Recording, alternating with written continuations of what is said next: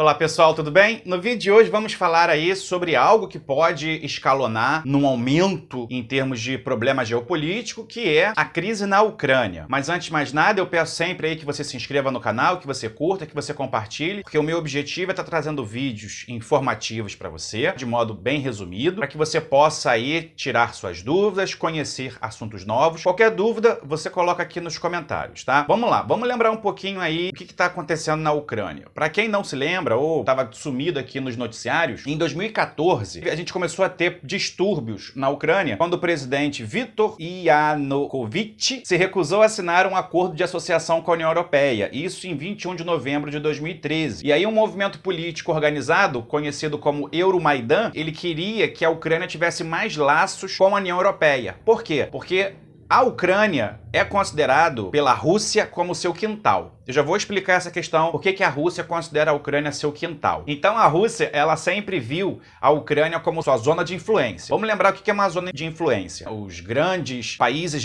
hegemônicos têm seus blocos de influência, sua zona de influência, ou seja, você tem o país A, ok? E em volta dele há uma área de influência. Então, aqueles países adjacentes, de modo geral, quando é uma potência ou uma superpotência, sempre vão ser subordinados de modo direto ou indiretamente pelo país mais forte. Vamos citar alguns exemplos, por exemplo. No caso da China, você tem a Coreia do Norte, que é a zona de influência da China. No caso americano, você tem o México e o Canadá. No caso da Rússia, você tem, por exemplo, a Ucrânia. Então isso é comum, sempre houve e sempre vai existir. Claro que conforme a gente vai evoluindo aí, você tem blocos políticos, mas isso não impede aí que um país da União Europeia, por exemplo, claro que um não vai influenciar tanto o outro do lado, mas isso não impede que a França tenha uma zona de influência na África, nas suas antigas colônias, como por exemplo no Mali, na República do Mali. Então no momento que a gente entende que a Ucrânia sempre foi zona de influência russa, quando esse presidente, que era pró-russo, se recusa a estreitar laços com a União Europeia, uma parte dos ucranianos se sentem aí desprestigiados ou mesmo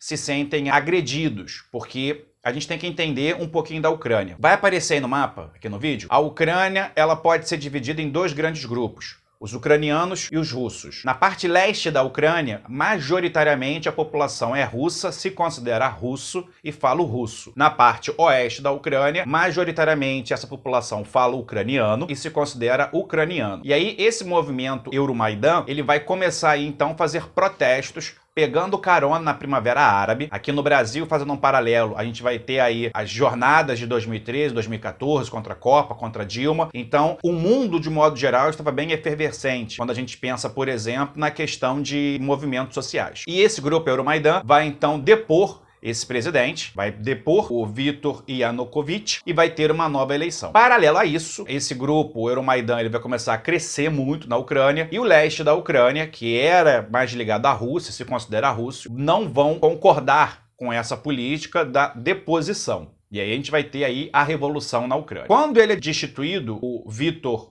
Yanukovych, em 23 de fevereiro de 2014, os ativistas pró-russos e anti-revolução vão começar na região majoritariamente russa da Crimeia, e também vai ser seguido por manifestação como Donetsk, Lugansk e Odessa. E aí o que vai acontecer? Resumidamente, eu quero entrar na parte geopolítica, porque vai dar merda agora essa semana que vem se demora. O que ocorre é o seguinte: no momento que esse presidente é deposto, esse grupo Euromaidan começa então a querer implantar reformas no país para se aproximar da União Europeia. O grupo pró-russo não vai aceitar e, com o apoio da Rússia, vai começar a pegar em armas. Mas a gente tem que entender que a gente está falando de geopolítica, então não tem bons e maus, né? Mocinho e bandido. É questão de política. Por quê? Porque esse grupo Euromaidan, ele vai ser considerado por muitos como um grupo neonazista. Sim. Por mais que os caras sejam eslavos, muitos vão acusar os Euromaidan de terem aí uma mentalidade fascista, uma mentalidade xenófoba, e vão dizer, não sei se é verdade, mas acredito que sim, parece que sim, que a CIA vai estar aí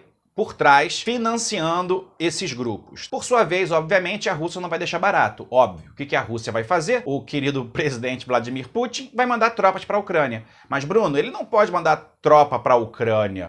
Não pode, mas ele mandou. Como que ele mandou? Ele pegou soldados russos, tirou a insígniazinha da bandeira russa, botou uma bataclava e mandou para a Ucrânia. E aí, esses paramilitares, então, russos, ajudaram os revoltosos do leste da Ucrânia a tomarem o poder. E aí você começa então uma disputa entre as tropas da Ucrânia, do Estado ucraniano, liderados aí pelos Euromaidan, e as tropas anti-revolução, digamos assim, ou as tropas pró-Rússia, de cidadãos ucranianos, tá? Vamos deixar isso bem claro. Então é uma guerra civil entre ucranianos que querem mais apoio ou maior aproximação com a União Europeia e ucranianos que querem uma maior aproximação com a Rússia porque se consideram russos. Os dois lados vão começar a lutar, a Rússia vai começar a mandar homens, vai começar a mandar tropas, armamento para essa população, e aí Alemanha, França e Estados Unidos, que também os três fazem parte aí da OTAN, tá ok? Vão começar a se preocupar que essa tensão aumentasse, e até que em 2014 nós teremos os acordos de Minsk, aonde vai ser decretado um cessar-fogo. O interessante é que, paralelo a isso, na região da Ucrânia existe uma região muito importante para a Rússia chamada Península da Crimeia, ou a região da Crimeia, que vai estar aqui no mapa. Se você reparar, quando a gente vê a Península da Crimeia, essa região dá acesso ao Mar Negro. Então, para a Rússia, é uma das poucas saídas que ela tem do Mar Negro para poder pegar o Mediterrâneo passando ali pelo Estreito de Bósforo, onde seria a Turquia. Então, o que vai ocorrer? Os ucranianos da Crimeia, porque eu não sei se seria crimeriano o nome, eles vão fazer um plebiscito e eles vão decidir, então, se unir à Rússia. Eles não se consideravam mais ucranianos, eles simplesmente viraram e disseram: não queremos mais fazer parte da Ucrânia, temos mais ligações culturais e étnicas com a Rússia, e a gente quer ser russo de novo. E aí, obviamente, com uma influência russa, seja com armas, com dinheiro, vai ser feito aí um plebiscito, e por 98% dos votos aproximadamente, a Península da Crimeia vai ser anexada à Rússia. É óbvio que a comunidade internacional não legitimou esse referendo, muito pelo contrário. Dizem os contrários a essa medida praticada pela Rússia, é que, olha, a Rússia anexou de sacanagem ali a Ucrânia, fez um plebiscito com a galera que, obviamente, ia votar o sim e anexou. E ficou por isso mesmo. E ficou realmente por isso mesmo. Porque ninguém vai bater de frente por um pedacinho tão pequeno assim de terra. E é importante para a Rússia, então a Rússia vai defender os seus interesses. Dito isso, vamos entender por que está tendo esse problema. Quando a gente pensa em Rússia, geralmente deve vir na sua mente imagens como vodka, gelo, AK-47 e União Soviética. Você não está muito errado de pensar isso, tá? Mas pensar somente isso da Rússia seria aí algo muito chulo, da mesma forma que só pensar em Brasil como carnaval, samba e futebol. Mas o que a gente tem que entender sobre a Rússia é o seguinte: os russos são de uma etnia chamada eslavos. Eles são eslavos, são brancos, mas não são germânicos. Eles são majoritariamente cristãos ortodoxos. A gente tem vídeo aqui no canal já explicando essa questão religiosa na Rússia, então você pode conferir aqui, que eu explico melhor como é que funciona o sistema religioso na Rússia. Mas o que a gente tem que entender é o seguinte: a Ucrânia como país é muito recente. Foi criado ou recriado como país no século XX. Ao longo dos últimos 3 séculos, desde 1728 mais ou menos, a região da Ucrânia fazia parte do Império Russo, principalmente a parte do leste, onde até hoje existe uma maioria de russos, diferente da parte do oeste, que já ficou durante um tempo sob dominação da Polônia, na época a Comunidade das Duas Nações, ou em inglês Commonwealth, né? Tomar cuidado quando se fala Commonwealth em inglês, para não fazer uma associação com a Comunidade das Nações Inglesa. Então eu vou usar o termo em português, que é o Reino das Duas Nações, que seria a união da Polônia e da Lituânia. Então, ao longo do século XVIII, XIX, a região leste, da Ucrânia, foi dominada pelos russos, foi colonizado pelos russos. Depois, no século XX, a gente vai ter a Revolução Bolchevique, em 1917, e a Ucrânia vai fazer parte da União Soviética. Quando acaba a União Soviética, em 1991, a Ucrânia volta a ser um país independente, mas com uma forte influência russa. E não é só isso. Eu quero que você entenda agora o pulo do gato. Por que a Ucrânia é tão importante para a Rússia? A nacionalidade russa, ou seja, o ethos russo do tipo eu sou eslavo, eu sou ortodoxo, não começou agora. Isso vem desde a Idade Média, com o Principado de Kiev. Kiev fica na Ucrânia. Então, toda a estrutura do Estado russo, da Igreja Ortodoxa, do russo se considerar russo, não começou em Moscou, começou em Kiev, começou na Ucrânia. E que depois vai para a Rússia, onde hoje seria a Rússia, com o Principado aí de Moscova, com a República de Novgorod, aí depois a gente vai ter a criação aí do czarismo, do Império Russo, né, consolidando o seu poder ali nessa região da Europa mais oriental ali, lutando com os tártaros da Crimeia, lutando com os canatos da Horda Dourada, enfim, até que vai ter a expansão do Império Russo até chegar na Sibéria.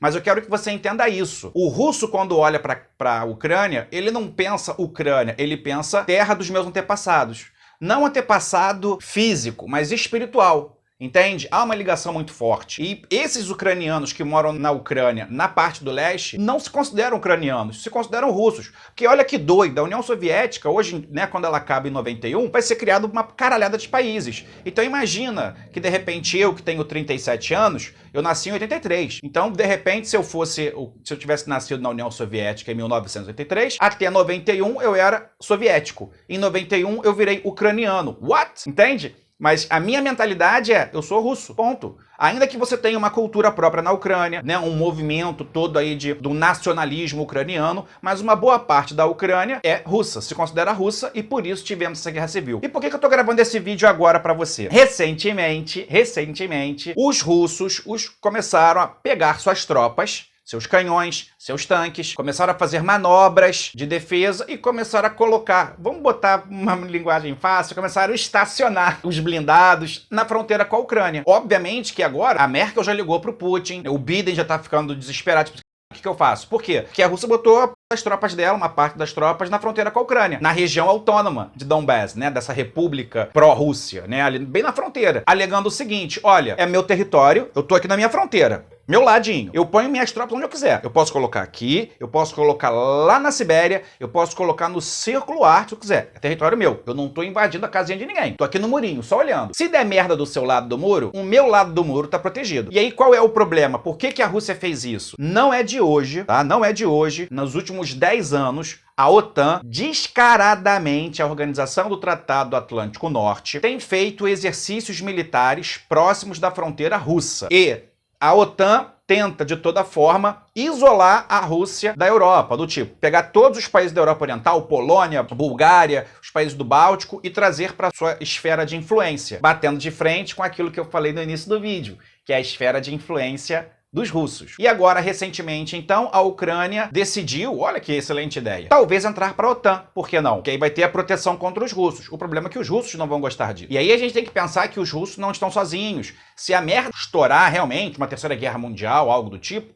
eu acredito que não vá, tá? Nego não é louco. Vai ser guerra por procuração no máximo, assim. Tropa da OTAN, nem da OTAN, mas a OTAN de repente vai apoiar o governo ucraniano, a Rússia vai apoiar os separatistas e vai ficar até chegar num acordo aí de paz. Mas se desse merda, vamos supor, e se der uma terceira guerra mundial por causa da Ucrânia? Do lado da Rússia você tem a China, assim como a Índia, o Paquistão e o Afeganistão, porque eles fazem parte da Organização de Cooperação de Xangai. A gente tem vídeo aqui no canal também sobre isso. Então, provavelmente, agora nas próximas semanas, dependendo de como os atores políticos se manifestem, nós podemos ter um aumento dessa tensão na região da Ucrânia ou podemos ter aí uma diminuição. Vamos aguardar para ver como que as pessoas, né, como que a Alemanha, Estados Unidos, a Rússia, a França, os atores geopolíticos da região, os principais, vão se comportar para que a gente possa estar fazendo aí mais vídeos. Eu suspeito, e aí é a minha opinião pessoal, que o Putin pode aproveitar que já anexou a Crimeia, ok? Através de um referendo. Pode virar muito bem, se começar a escalonar muito esse problema na Ucrânia, começar a lutar os separatistas com o governo de Kiev, né? Enfim, né? Pró-Rússia e contra a Rússia, os grupos oeste e leste da Ucrânia. Não duvido de nada que a República de Donbass, assim como